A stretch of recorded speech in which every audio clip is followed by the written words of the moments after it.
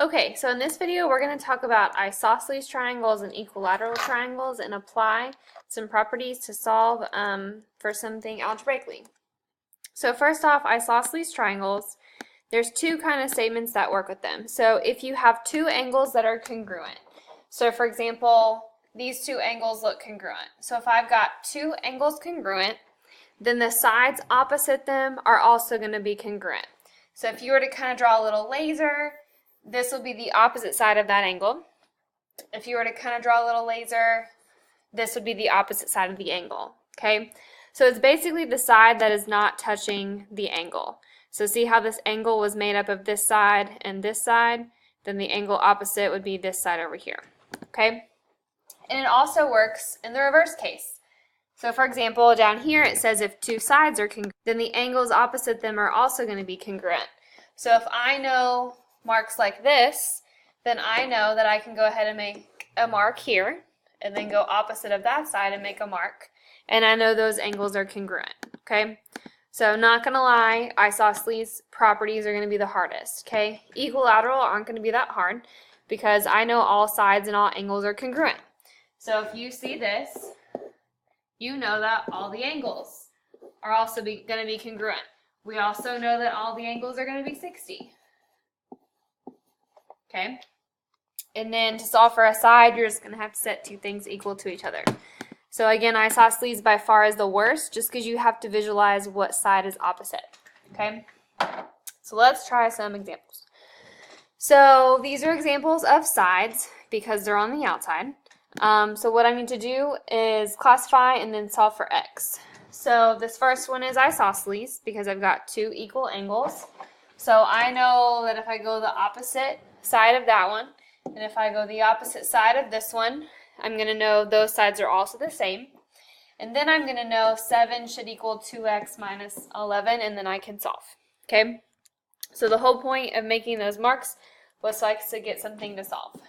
So add 11 to both sides, and get 18 equals 2x, divide by 2, x equals a 9. Okay? This other example is going to be a equilateral triangle. So I know all sides are the same. And then I know that since these have the same marks, they're congruent. So 11 should equal x plus 22. If I solve by subtracting 22, I should get negative 11. Okay? So sides aren't that bad because they are probably going to be equal to each other since we're dealing with isosceles and equilateral triangles. Okay? Moving on to angles, which can be a little trickier. So what you have to do, first off, are mark the angles that are congruent. So what you have to do is go to the angle that is opposite of this side, which is this angle down here. Okay? I'm going to go to the angle opposite of this side, which is this angle. Okay? So once you make those angle marks, now you need to figure out what to do. So if they have the same angle marks, I know they're congruent. So I know 68 should equal x, and I'm done. Okay? Now they get trickier. So the angle opposite of this side is here. The angle opposite of this side is here. Okay? But I need to solve for x. So in this case, if I know they have the same marks, I know they're the same. So this little green arrow up here is going to also be 48 degrees. So now using our previous knowledge of a triangle, 180 take away 48 should give me my remaining angle of x. Okay? So 180 take away 48 is 84. So x up here equals 84 degrees. Now again, you can always double check that to make sure it equals 180. Okay? All right, lastly, again, I've got an isosceles triangle, so I need to mark the angles opposite of this one. So again, this one might be a little confusing, but this is the congruent angle to that side, and then this is the congruent angle to that first side. Okay? Now the only thing is I don't know anything about either of those green lines. Okay? So we're going to have to use our knowledge of a linear pair and know 180 minus 106 will give me that interior angle. of 74. Okay, and now I know since those are the same, that x is going to equal 74. Okay, so you might have to use a little knowledge of what we've done in the past to find what an angle equals. Okay, so if you need help figuring out what angle is opposite of this, please raise your hand and I will show you a little shortcut to help you remember. Otherwise, you try. So try 1, 2, and 3, and then tell me what you got. And I got 55 because my opposite angles were congruent, so x was 55. On number 2, these are my congruent angle marks, so if this was 55, then this one had to be. So then I used my knowledge of a triangle equaling 180 to get that remaining angle of x would be a 70. Lastly, over here, you could have done some math to figure out that the angle degree was 60, or you could have said, hey, it's an equilateral, equal angular triangle, so it has to be 60 degrees on the inside. But it does work out since that's a linear pair, and it does equal 180. Okay? Okie doke. Let's try some harder examples. So, on this bottom one, first off, I need to mark my angles that are congruent. So what's opposite of that side is this angle. Opposite of that side is this angle. Okay? I know if they have the same angle marks, they're the same. So I'm going to put x over here. Because if this angle is x, then so is this one. So now I know I've got a triangle. So I'm going to say x plus 78 equals 180. Okay? So you would get 2x plus 78 equals 180. Solve that by subtracting 78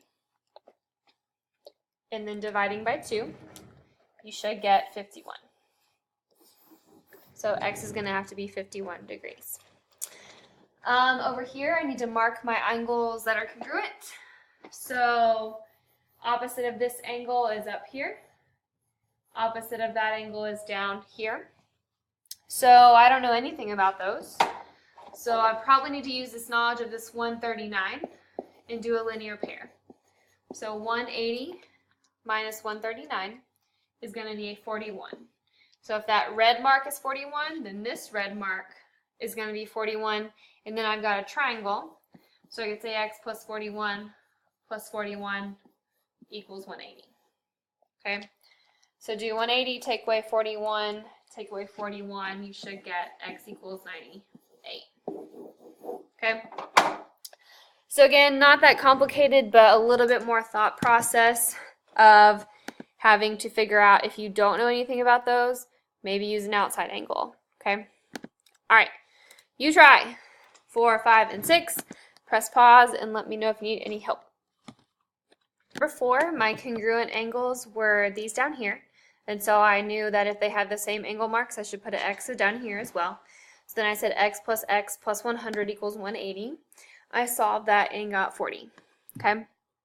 On number 5, here were my congruent angle marks. Again, if this mark was an x, then this mark was an x over here.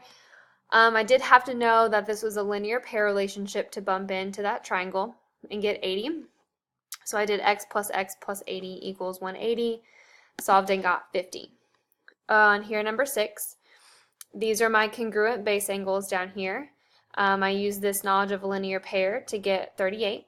And if this green mark was a 38, then this green mark was a 38. So then 180 minus 38 would give me what was remaining of 104 degrees. Okay. Again, if you need help on those, I'd be more than welcome to help you out if you raise your hand. Okay. Couple more trickier ones. I'm going to do 2 of these, and then you're going to do 2 on your own, and then we are done. Okay? So the only way it can get trickier is they can't fit an equation into a triangle. So what they're going to do is they're going to give you a number and then tell you what that equation number is. Okay?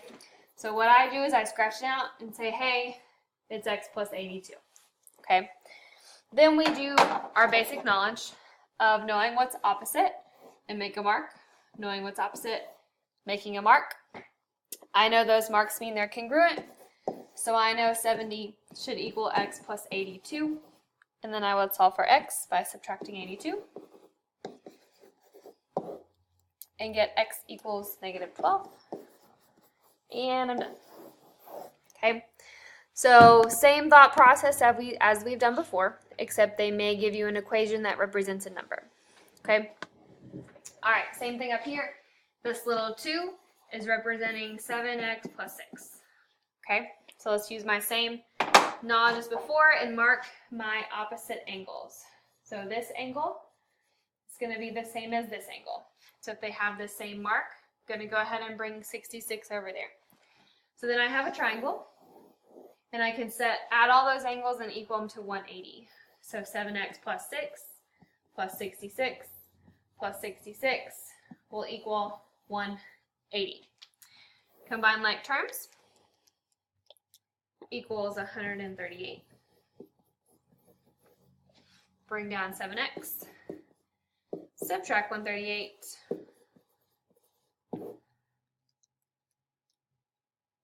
7x equals 42. Divide by 7 and get x equals 6. Okay, so again, same concept.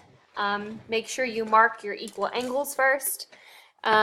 Figure out how you can get something equal to 180 and then solve. Okay, final you do. Okay, try 3 and 4 on your own.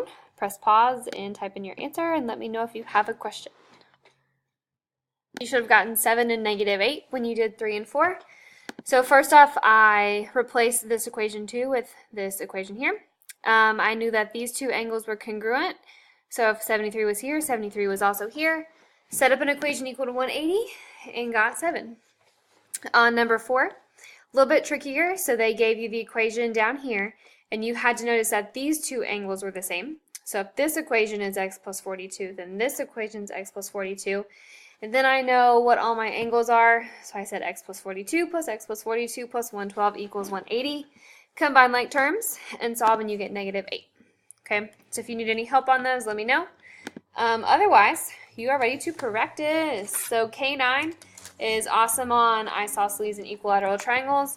Got an also awesome scavenger hunt. So thank you for watching, and then go ahead and practice.